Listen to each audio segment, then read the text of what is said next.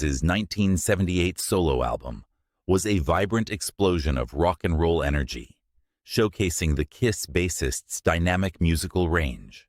Known for his larger-than-life persona, Simmons blended his signature hard rock style with surprising pop, funk, and even Beatles-esque influences. The album features standout tracks like Radioactive and Living in Sin, highlighting Simmons' bold creativity and unique flair. With guest appearances from rock legends like Joe Perry of Aerosmith and Cher, this solo effort perfectly captured the electrifying spirit of the 70s and offered a thrilling ride for both KISS fans and rock enthusiasts alike.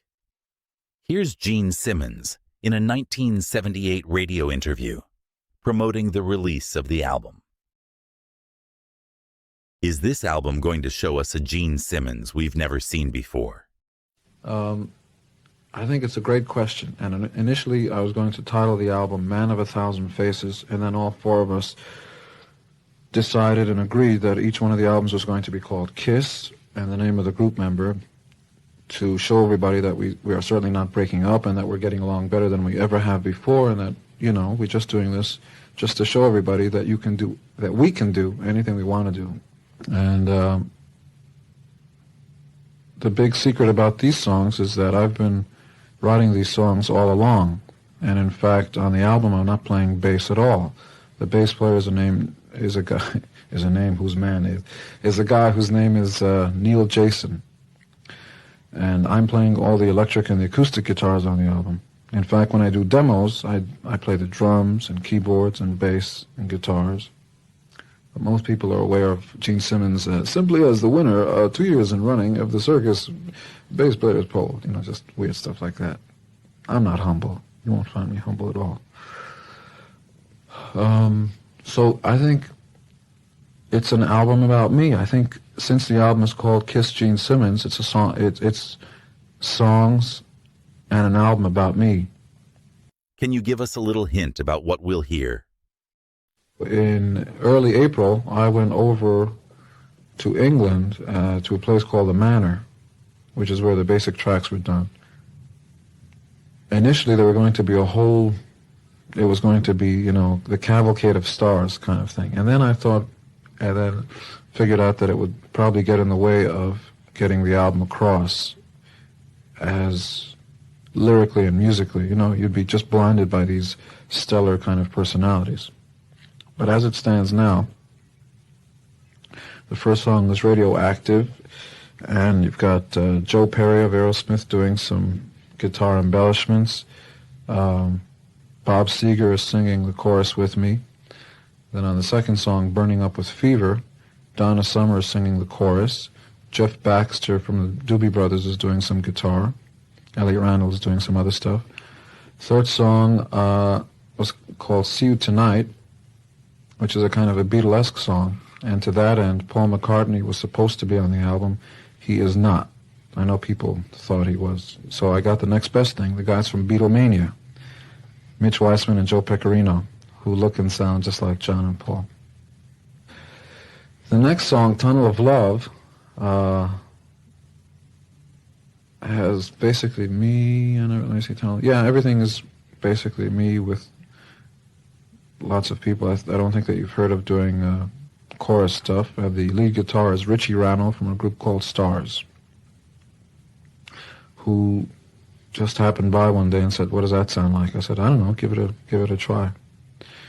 And the last song is True Confessions with the Azusa, California Citrus College Chorale under the direction of Ben Bollinger, which is a 40-piece, 40-member college group of kids that just have these kind of angelic voices.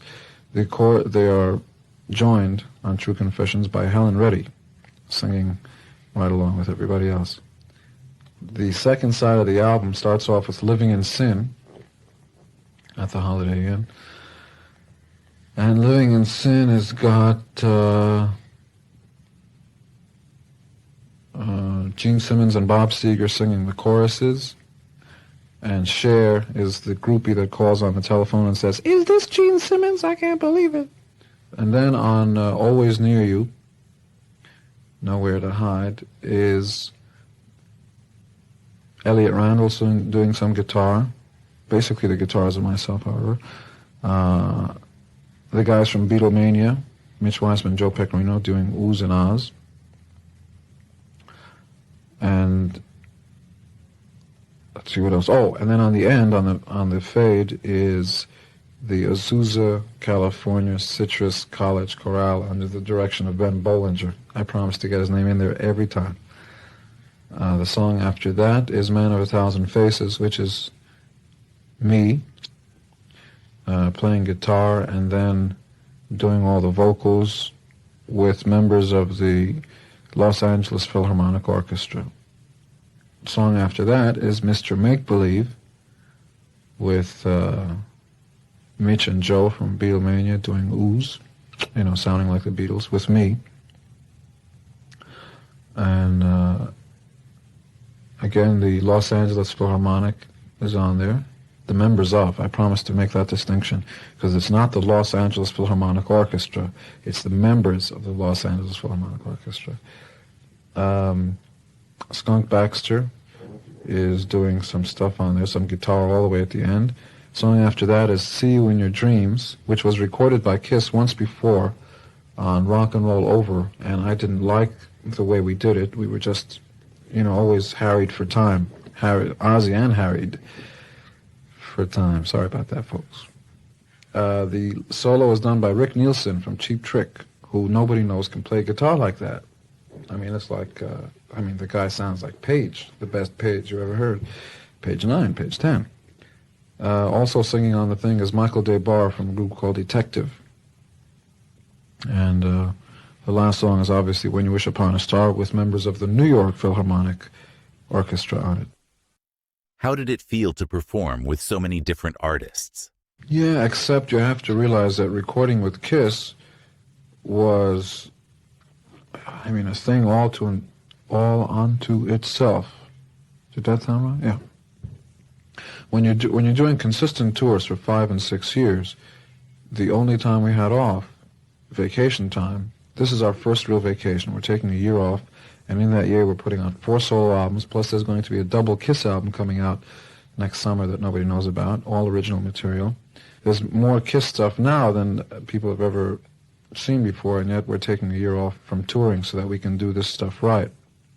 We've always been capable of doing different kinds of material, as witnessed by Peter as early as Beth, and Paul's song Hard Luck Woman, which is an old song.